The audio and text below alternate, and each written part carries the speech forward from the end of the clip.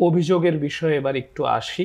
আপনার রেঞ্জে আগের চেয়ে সন্ত্রাসী কর্মকাণ্ড কিংবা ইল্লিগাল অ্যাক্টিভিটিস সব কিছু মিলিয়ে আপনি দায়িত্ব নেয়ার আগে এবং আপনি দায়িত্ব নেয়ার পরে আপনাদের তো নিজস্ব একটা সমীক্ষা নিশ্চয়ই হয়, সেই হার কি কমেছে নাকি বেড়েছে?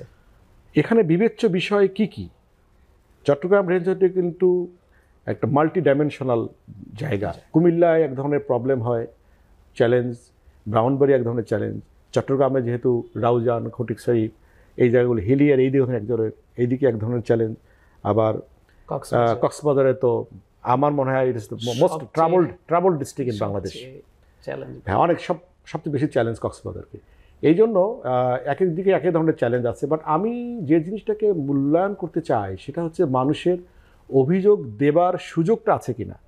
আপনি যদি স্ট্যাটিস্টিক্যালি বলেন, স্ট্যাটিস্টিক্যালি তো অনেক কিছু বলা যায়, আগের চেয়ে একটু ভালো ছিল, আগের চেয়ে কম ছিল, ডাকাতি বেড়েছে, অন্য কিছু কমেছে, এগুলোতে কথা হয়তো বলাই যায়।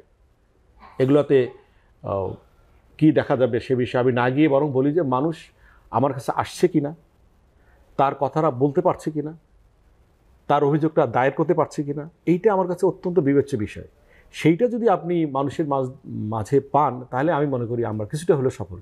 কিন্তু আমি স্ট্যাটিস্টিক্যালি যেগুলো দেখাবো বা আছে সেগুলো সত্যি আমি স্ট্যাটিস্টিক দেখাতে পারি, কিন্তু তাতে খুব একটা হেরফের হয় বলে আমার মনে হয় না। কারণ ক্রাইমটা এমনই, কোনো মাসে একটু বাড়বে, কোনো মাসে একটু কমবে। বাট যে ঘটনাগুলো ঘটছে আমরা আমলে নিচ্ছি, আমরা মামলা হচ্ছে এবং আমরা ডিটেক্ট করতে পারছি। আমরা হয়তো ফুল প্রোটেকশন দিতে পারছি না, মানে ডাকাতি ঠেকাতে পারছি না, পুরোপুরি ঠেকাতে পারছি না, কিন্তু যে ডাকাতি ঘটনাগুলো ঘটছে সেগুলো আমরা বের করতে পারছি কিনা, এক্ষেত্রে rate of success is very high. এটা আমি আপনাকে বলতে পারি। আপনি কোনো সময় স্ট্যাটিস্টিক্স চাইলে আমি আপনাকে দিতে পারি, রিয়েল স্ট্যাটিস্টিক্স যা আছে।